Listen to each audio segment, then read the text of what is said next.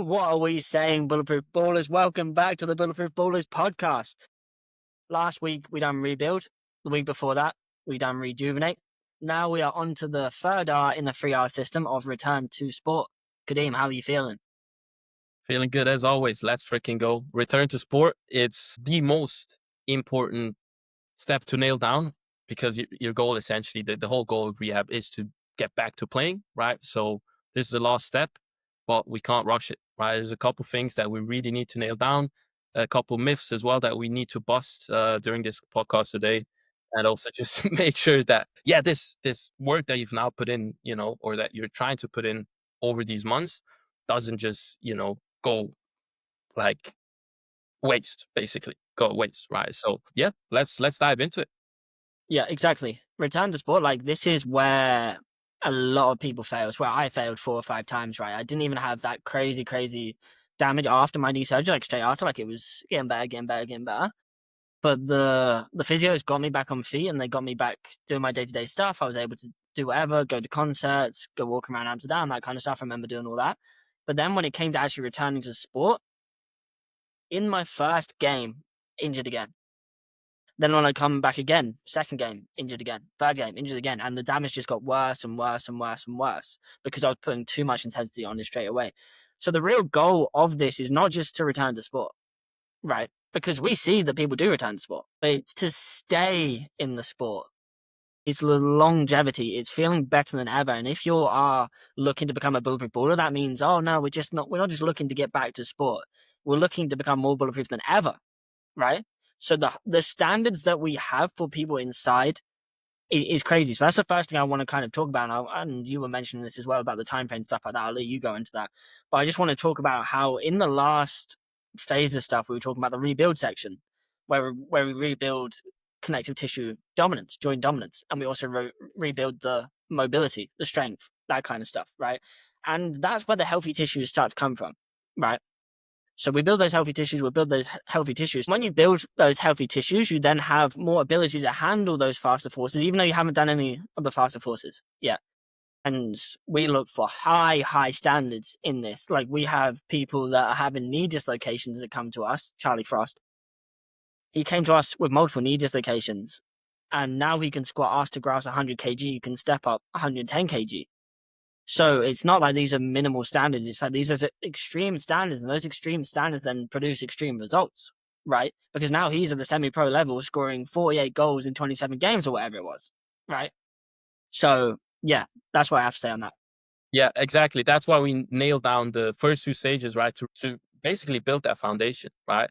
It goes beyond just rehabbing that current injury that you had. You've probably had, other compensations. It's like really addressing everything. So we have like this time that you have now to rehab is in some way a blessing as well. You now have time to put in focus on a lot of areas, a lot of weaknesses to build up all that foundation so that when you return to sport, you can really make sure, okay, like you have addressed the root cause, right? And then often the question is, okay, when do I return now? Like I've built the healthy tissues, like I'm feeling good.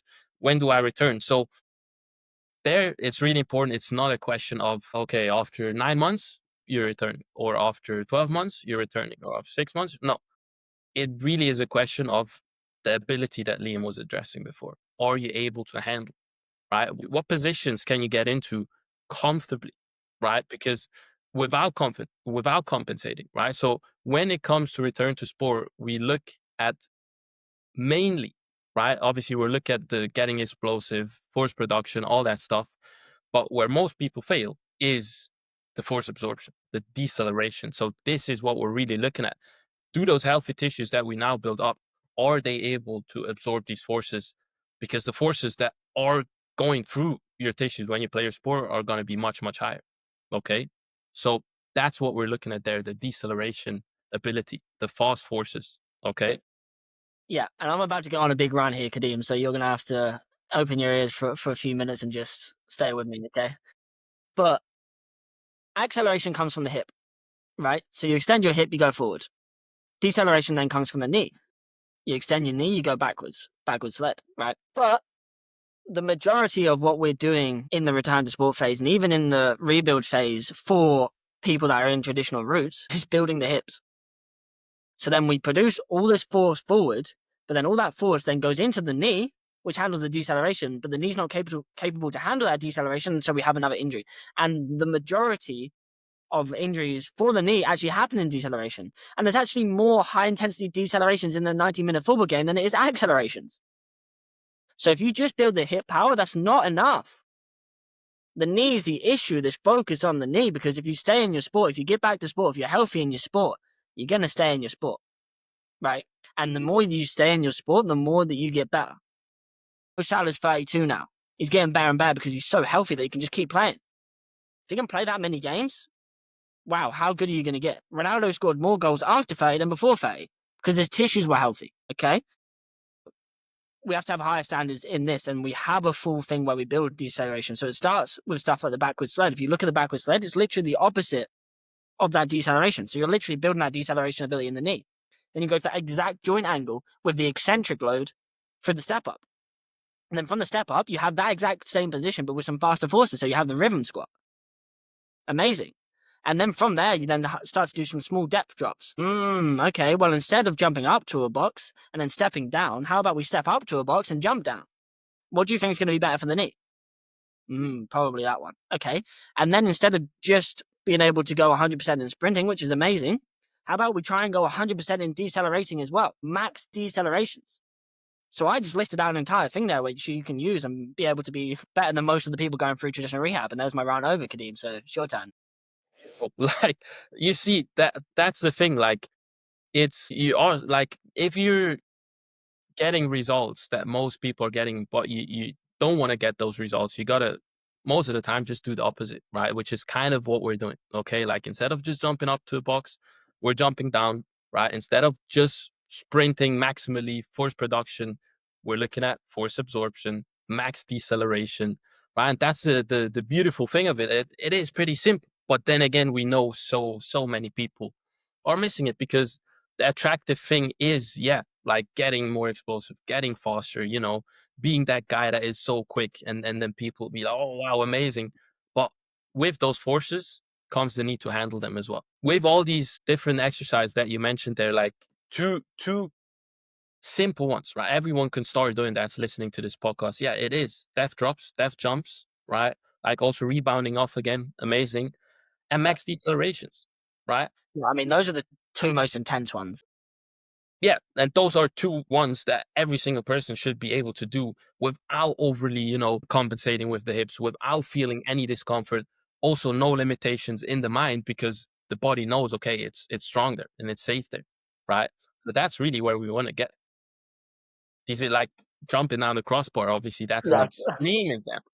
Okay, it's an extreme example, but yeah, you want to go into that because that's a possibility that we have here if we approach it in that way. Okay. Yeah, exactly. So the foundations were built in the rebuild phase of the actual knee, right? So we were already doing the backward sled, the step ups, all that kind of stuff. So we talked about that there. And also we were doing the deep range of motion for the knee and the Nordics for the knee as well. And we know that eccentric hamstring strength, super important for deceleration. We know that the VMO, super important for deceleration and cutting, right? So this stuff that we're talking about now with the depth drops and the decelerations, all that kind of stuff, it's because we're in those later phases. So, like, we're saying, okay, yeah, be careful if you're not in the return to sport phase yet, just because it's like, yeah, these are pretty intense. But again, you can, how about you literally go 1 centimeter off the ground and do a depth drop?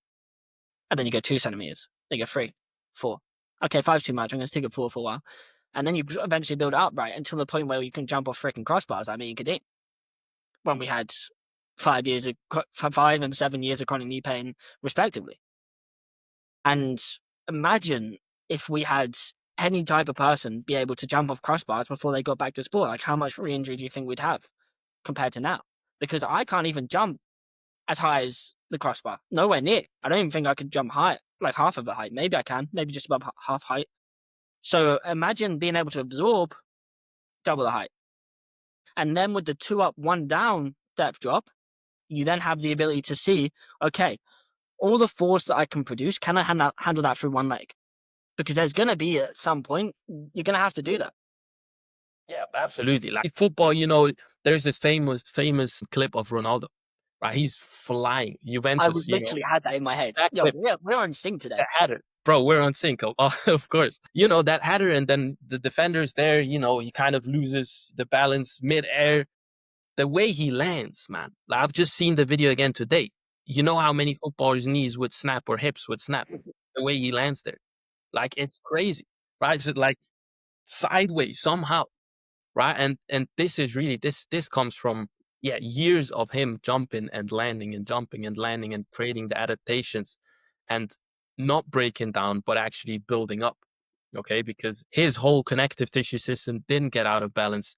It's healthy, right? It's strong, and he can absorb like the amount of forces that go through your body there are X, right? Your body weight, 5 to 10x your body weight through one leg, right? This is no amount of strength training can replicate that, and this is really the danger trap that many people fall into, right? Like of, oh, okay, I can, you know, squat that much, I can do all these standards in the gym, feel really strong, but no amount of muscle is going to help you to absorb that amount of force there, right? So it's that internal, that stuff that you don't see.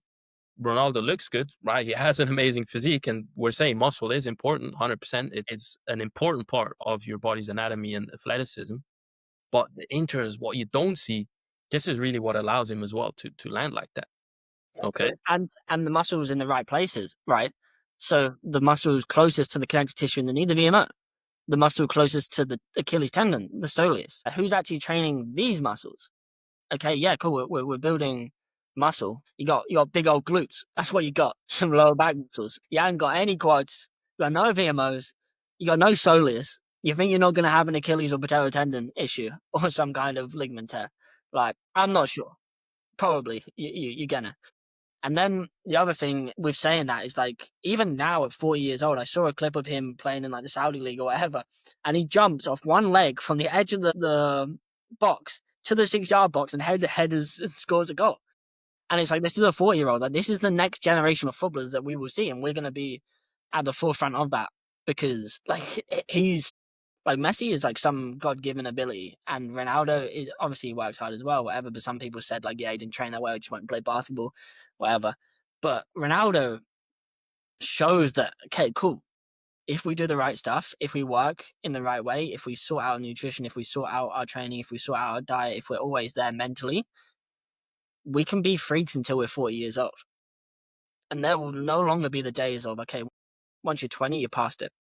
Like, there's no way that you're going to go pro. Or once you have a knee injury or a couple of knee injuries, you're gone. Like, those are going to be a thing of the past after Bulletproof Ballers actually gets out there as far as we wanted to get out there. Because I was told, yeah, you're not going to be able to extend your knee properly. You're not going to be able to play football. You're not going to be able to do this, that. I had 2 screws in my knee. I had 5 years of chronic knee pain. I had all these tears and stuff. Both jumping off crossbars. And we've had it so many times, right? Like the thing of like you're never.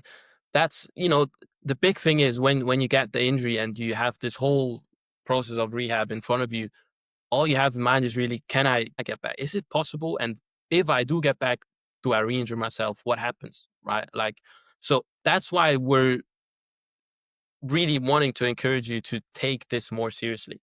Of like, take these extra sessions, take these extra months if needed. If you're currently doing rehab and you know like certain stuff, you're not nailing it down yet. Yeah, you've been cleared to return to sport. Yeah, I know it's tempting. Yeah, you want to go back. You know, you're feeling good.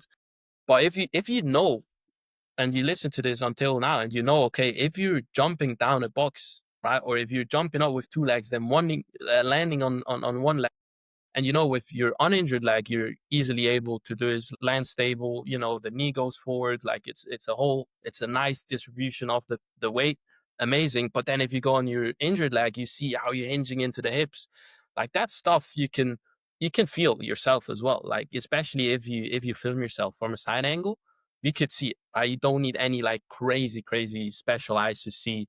Okay, you're clearly compensating there with the hips. It's easy as that, right? Like, and if you know that, like, put in that extra work because, like, we've seen it over and over again. People being Yeah. told like they're never, playing football again. Back playing Enrico, Colin, like what we saying, like, Yeah. Edwin had 14 years of knee injuries, had an ACL meniscus tear, came to us. He's absolutely balling. Like, he's now going to like a semi pro team, I think, or a pro team. He's got trials with him, which is Semi-pro trial, yeah. the semi-pro trial. Crazy. But yeah, it's like even with Neymar, like all these ACL injuries, all this kind of stuff, and then you see the rehab that he's doing with supposedly like your Neymar. Like surely you can get anyone, and he's compensating at the hip. They're trying to get him back as quick as possible, and it just doesn't look amazing when he gets back. He seems like he's doing all right now, but again, he's only I don't even know how old Neymar is. I wouldn't have said he's like that old. If you look at him versus Ronaldo, Ronaldo's like 40 something years old. He's probably like 8, 9, 10 years older than him. I'm not too sure, but he's still balling out, and Neymar's like I don't know what Neymar's doing now. Yeah, yeah, I think he's playing at Santos. He's currently playing, which is amazing. Like a baller like Neymar, you want him to see. You know, you want him to play. You want to see him play. It's a shame, really, that he spends so much time not being able to play because you don't know who to blame there, and we don't want to blame anyone, right? We're just seeing, okay, he spent so much time injured there. Like he's coming back, re-injuring himself multiple times. We gotta really ask ourselves, okay, what is going on there? Like same thing goes for the ACL statistics that we're seeing. Only 1 out of 4 people actually getting back to the level they were at previously and actually staying there without getting re-injured, without starting to have another issue down the line. 1 out of 4. We observe that and we see, cool. We need to do something. That's the thing. It's not putting blame on people, but it's just saying, look, this is what's happening. This is what we see. What do you see? What can we do together to be able to stop this from happening? Because we don't want people to suffer. We don't want people to lose their careers. Like, imagine if Neymar went on to not have any of these injuries and then inspire the next generation of footballers even more. What would happen then? Okay, cool. So it's not a matter of fact of like, we're the good guys and anyone else is the bad guys. Not at all. Like, we're all bad guys in some sense. So it's just us putting out some information and saying, look, you have a knee injury. Let's just do the basics, right? Let's bend the knee fully. And then let's flex the knee as well. If we're not at least doing those two things, what are we saying? If we're not training the calf and the tibs, you're missing out entire muscle groups, right?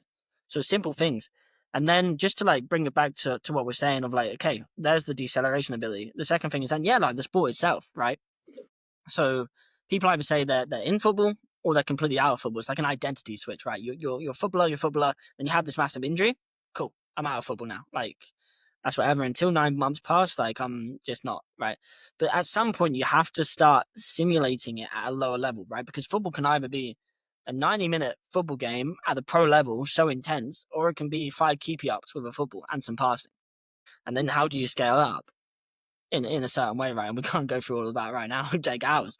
But yeah, start doing some dribbling, some jugglings, all this kind of stuff. Some of the forces that you see in the game, start doing some cutting, start doing this and that at a very, very light level, and gradually expose yourself to more and more and more over time, as well as doing the players, right? Because confidence comes with competence, and it's usually like a confidence thing in the brain that does cause people a lot of issues when they go back, right? Of like, well, I don't feel confident in my knee, so I'm not going to use it, and then that creates more conversation, more conversation, and more conversation. So if we got confident enough before that we returned to sport, we'd have enough competence in the knee to be able to then go back chilling.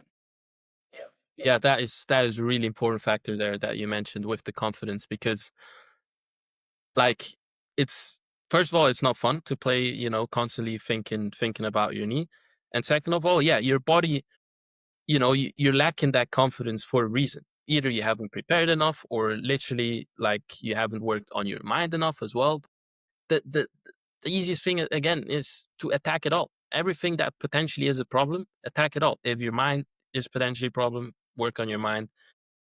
Spend that time actually putting the reps in. Like most people that you see, performing on a big stage, being confident, doing all this stuff, like it's because they put in the reps and they know it. Like if you're stepping onto the pitch, like, and you've hit it or you stepping up to penalty, right? Like you've hit the penalty hundreds of times. Like you're gonna be so much more confident than a guy that has never tried a penalty before. I like, and it's gonna end like, and you're getting that positive feedback loop from okay, one session without issues now because I was confident enough. Amazing. Like that positive feedback loop just keeps you going rather than the negative one where you're like, I'm not actually sure. Like this, I'm feeling some slight pain now. Let me do a little bit less, and then you're like, it starts spiraling down. Okay, you can see it. Like with with a lot of people happening, unfortunately. So again, that's another thing to work on for sure. Yeah, really like that. Yeah, and I think that's probably good, right? I think that's like completely what makes us different is like those kind of two things. I think everyone else should probably be going through the traditional system, so we'll probably be already doing the hip stuff. Or like some people may not be, but like this is the important stuff. So I think 22 minutes probably a good time to call it, right? Yeah, absolutely. Yo, the last thing that you said, if people exactly haven't like really gotten that, it's not that we're not doing glutes, we're not doing hips, or we're ignoring the ankles. No, like we're gonna attack it all. But we see, like, yeah, as you said, a lot of people with actual knee issues working the hips without the knees. So this is the missing piece of the puzzle. Together, it performs a full picture, right? Exactly. So three main things that we covered there is like first in the rebuild phase, we need higher standards of ability, right? So we need 1.5 times body weight back squats, arse to grass, potentially. Maybe we need some Nordics. Maybe we need some different standards, right? But we need higher standards for the actual knee itself. Then from there, it's then the deceleration ability, which is the second biggest thing when we start to return to sport. So instead of jumping up to a box and stepping down, you step up to a box and jump down, for example, at your current level, and then improve that over time. And then the third thing is then introducing your sport at a lower level and then slowly increasing that up and taking your time in that. Not saying, okay, I'm 9 months past and all my friends are going back and I have to go back because, yeah, it feels awful in the time. It feels like it's been forever, right? People are so obsessed with the macro of like, I need to get back to sport that they don't enjoy the micro of, no, God's given me the ability to be able to train my knee today. Like sometimes I go into the gym and I'm doing split squats and it feels like my quads are so like blown up and I'm like, and I just go, wow. If Liam 5 years ago who had chronic knee pain could see me now, he would be like, thank the Lord. So I sit there, I'm like, yeah, like this is so amazing. I'm grateful for it. So use that micro every single day to then get to the macro over time.